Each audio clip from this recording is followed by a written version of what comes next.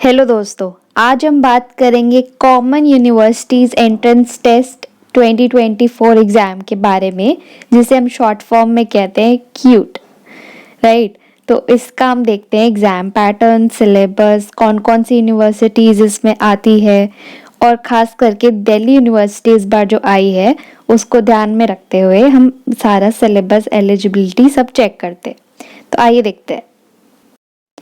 सबसे पहले हम देख लेते हैं कौन कौन एलिजिबल है। तो ऑब्वियसली उसे एलएलबी कंप्लीट होनी चाहिए, तभी वो एलएलएम कर सकता है।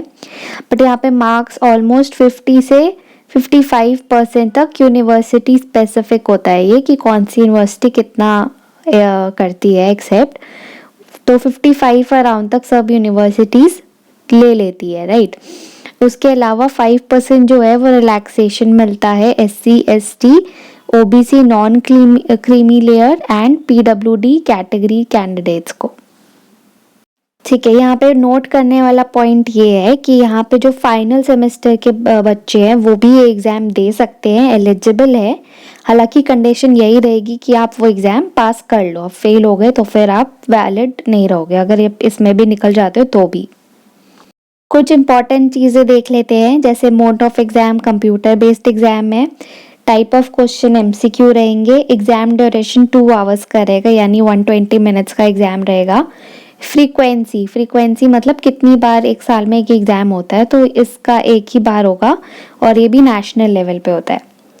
उसके अलावा इसमें कॉलेजेस जो है वो 54 कॉलेजेस पार्टिसिपेट करते हैं, LLM ऑफर करते हैं इस एग्ज़ाम को जो क्लियर करता है।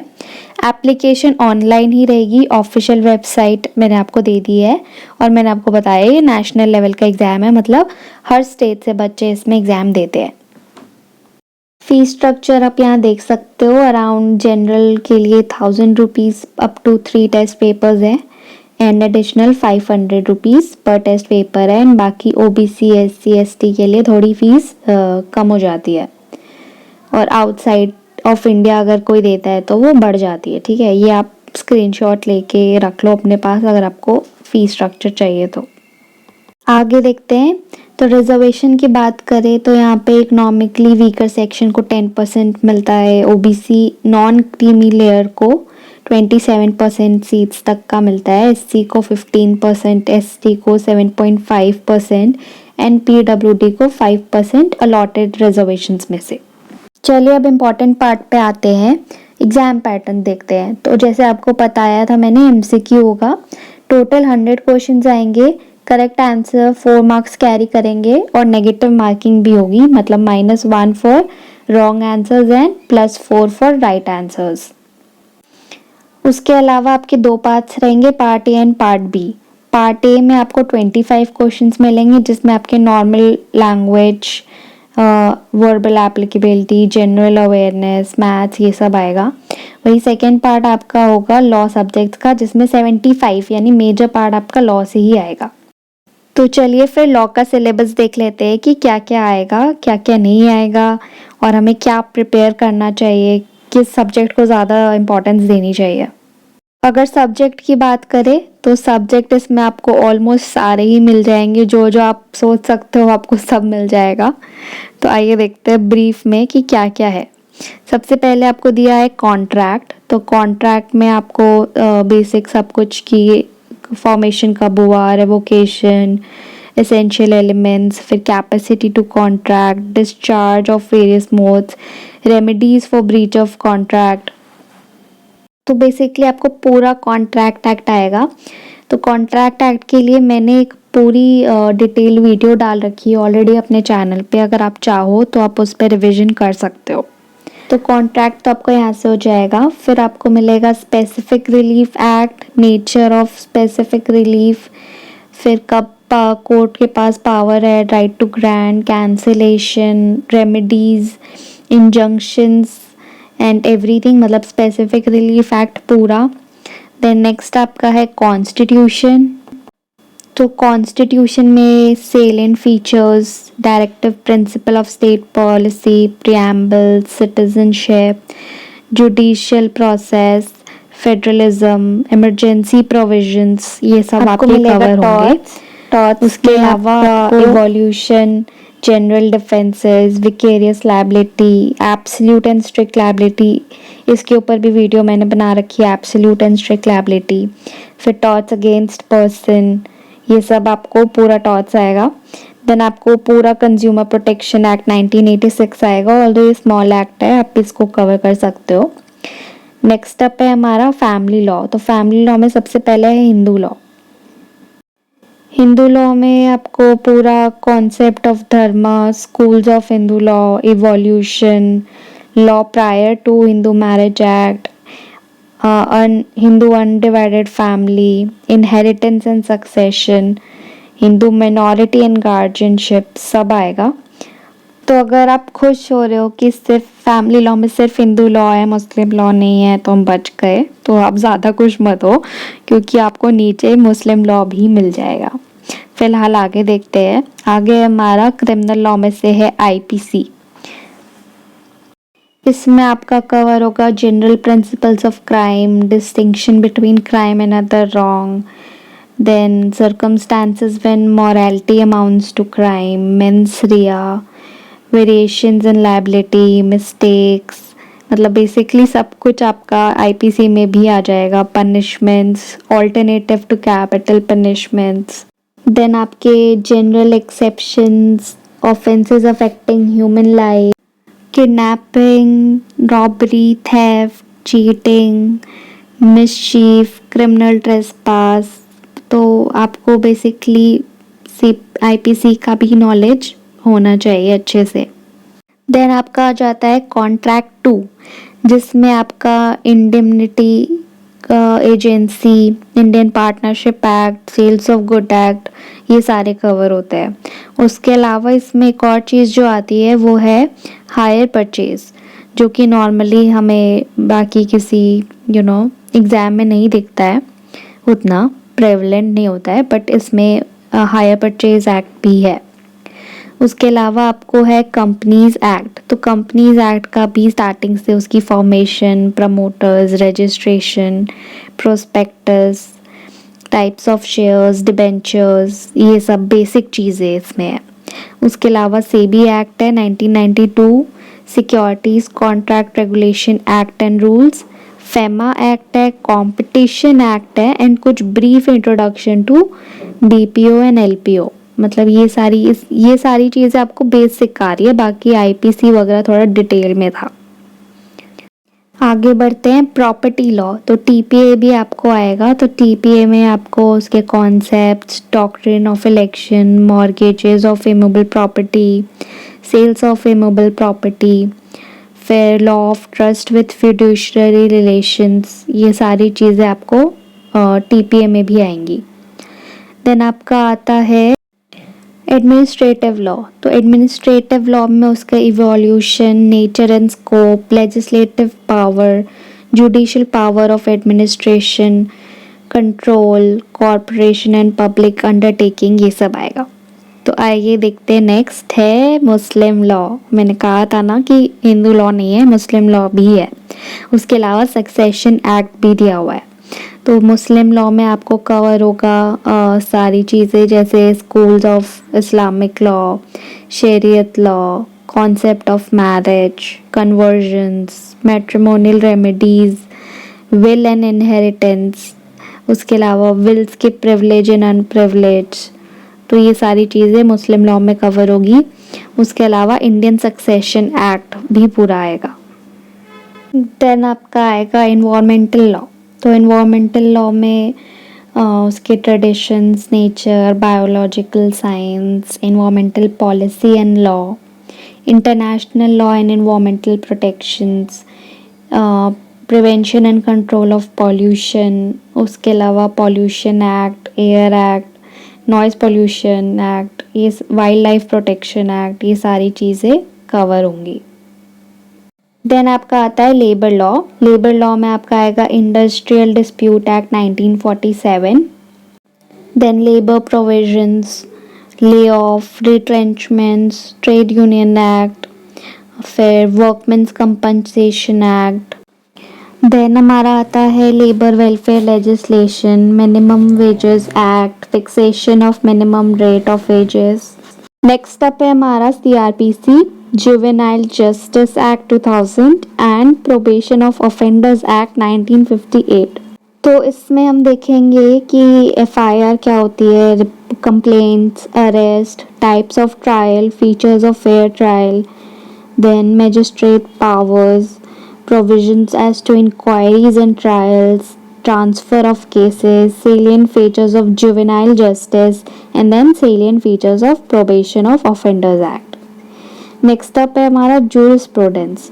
तो जूरिस्प्रूडेंस में तो इस पे आपका कवर होगा meaning and nature of jurisprudence, सारे schools of jurisprudence, functions and purpose of law, then sources of law, फिर लीगल कॉन्सेप्ट्स, देन लायबिलिटी में कवर होगा conditions for imposing liability, vicarious liability, strict liability वगैरह। Next up है हमारा professional ethics and professional accounting system, जिसमें आपका cover होगा legal profession and its responsibilities, duty to court, duty to professions और सारे एथिकल जो चीज़ें हम पढ़ते हैं।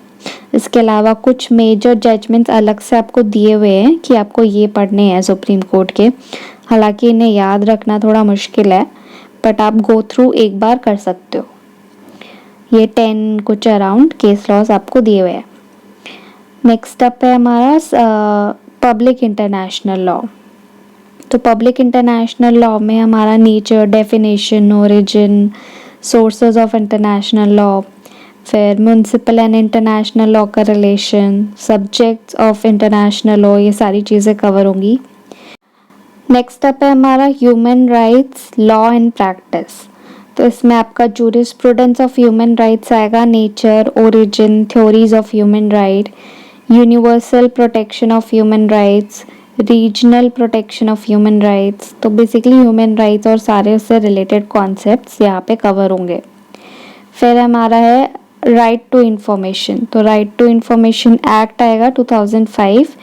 फिर उसके obligations of public authorities, supreme court on rights to information, ये सारी चीज़ें राइट टू इंफॉर्मेशन में कवर होंगी।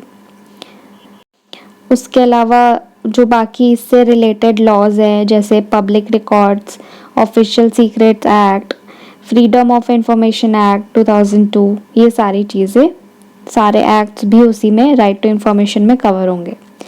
नेक्स्ट अप है हमारा बैंकिंग लॉ। बैंकिंग लॉ से इंडियन बैंकिंग स्ट्रक्चर ओरिजिन कैसे हुआ, उसका इवोल्यूशन कैसे हुआ, एम्प्लॉयमेंट ऑफ फंड्स, फिर सिक्योरिटाइजेशन एक्ट 2002 कवर होगा, देन नेगोशिएबल इंस्ट्रूमेंट एक्ट 1881 भी कवर होगा। तो जैसा कि मैंने कहा था, you name the act and you will have it here, तो वैसे इसमें सारे एक्ट्स बेसिकली आ गए हैं। नेक्स्ट अप है हमारा इंश्योरेंस लॉ। तो इंश्योरेंस लॉ भी आपका इसमें आएगा, उसका contract of insurance, life insurance, motor vehicle act, life insurance act, insurance regulatory authority act, its roles and functions, ये सारी चीज़ें इंश्योरेंस लॉ की भी इसमें आएंगी। उसके अलावा है हमारा ऑल्टरनेटिव डिस्प्यूट रेजोल्यूशन सिस्टम। तो इसमें आपका आर्बिट्रेशन से लेके conciliation, negotiation, mediation, everything cover होगा। स्टार्टिंग में उसकी जनरल बात की है, देन उसका स्पेसिफिक है, जैसे आर्बिट्रेशन तो उसका सारा रिलेटेड कॉन्सेप्ट, कंसिलिएशन उसका सारा related concept, negotiation, then mediation. Next up है हमारा CPC एंड लिमिटेशन एक्ट। तो CPC से भी आपको पूरा ही कवर करना पड़ेगा, सेक्शन 9 रेस जुडिकाटा, इसकी भी ऊपर वीडियो बनाई है मैंने। देन आपका appearance and examination of parties, suits in particular cases against government, interpleader suits, तो इसमें सब आएगा। एंड देन लिमिटेशन एक्ट भी पूरा आएगा। उसके अलावा आपका है इंटेलेक्चुअल प्रॉपर्टी राइट्स। तो इसमें आपके ट्रेडमार्क्स, पेटेंट्स, कॉपीराइट, ये सारी चीज़ें आपको मिलेंगी। Geographical indications, cyber intellectual property, and then international conventions and treaties, ये सारी चीज़ें इसमें आएगी। इसके अलावा आपका है पेनोलॉजी एंड विक्टिमोलॉजी। तो इसमें आपको याद होगा, आपने ये लॉ में पढ़ा होगा, ऑप्शनल सब्जेक्ट्स में किसी किसी में आता है। अब ये सब भी आप पढ़ सकते हो, मतलब अगर आपके पास इतना सफिशिएंट टाइम है कि आप सब कुछ कवर कर सको। हालांकि मैं कहूँगी इससे आप बहुत ज़्यादा गो थ्रू मत करना। देन आपका interpretation of statutes and principle of legislation, तो इसमें आपके basic principles guiding international aids, principle of legislation basic, ये सारा बेसिक आएगा इसका। देन आपका है कंपटीशन लॉ। कंपटीशन लॉ में आपका आएगा कंपटीशन एक्ट 2002। इसके अलावा यूके कंपटीशन एक्ट 1998, उसके सेलिएंट फीचर्स, बट ज़्यादा पढ़ने की ज़रूरत नहीं है वो सब। कंपटीशन एक्ट ज़्यादा ध्यान देना। देन आपका आता है लॉ ऑफ एविडेंस, तो एविडेंस आपको अच्छे से पढ़ना पड़ेगा। It is an important subject like CRPC CPC। इसमें भी आपको आई गेस ऑलमोस्ट सब कुछ ही कवर्ड किया गया है। देन हम आगे आते हैं टैक्सेशन पे। टैक्सेशन में आपका concept of tax, distinctions between tax and fees, then income from house property, business and profession, other sources, ये सारी चीज़ें आएंगी। फिर इनकम टैक्स अथॉरिटीज़, उसकी अपॉइंटमेंट, उनकी jurisdiction, charge of wealth tax, recovery, central excise tax, custom laws, CST, ये सारी चीज़ें टैक्स में कवर होंगी। नेक्स्ट है हमारा इंटेलेक्चुअल प्रॉपर्टी राइट्स 2। इसकी बात मैंने ऊपर ही कर ली थी कि कॉपीराइट भी आएगा। देन आपकी बायोलॉजिकल डाइवर्सिटी लॉ, सब डिज़ाइन लॉ, तो सारी चीज़ें IPR में कवर हो जाती हैं। इनका सेकंड पार्ट इन्होंने बना दिया है। उसके अलावा यहाँ पे आपको मिलेगा वाइट कॉलर क्राइम्स, तो वाइट कॉलर क्राइम्स, उसका corruption act, police and politician deviance, professional deviance, medical profession, ये सारी चीज़ें। Women and criminal law and law related to child, तो women in pre constitutional period, अब क्या है, पहले क्या था, ये सारी चीज़ें। Adultery, rape, outraging modesty of women, kidnapping, sati provisions, ये सारी चीज़ें आपको इसमें कवर होंगी। Then law related to international trade. बधाई हो, वो अपने लास्ट सब्जेक्ट पे पहुंच गए हो, law relating to international trade. इसमें सारे इंटरनेशनल ट्रेड की जो भी प्रोविजंस है, जैसे ऑर्गेनाइजेशंस है, WTO वगैरह कवर होंगी।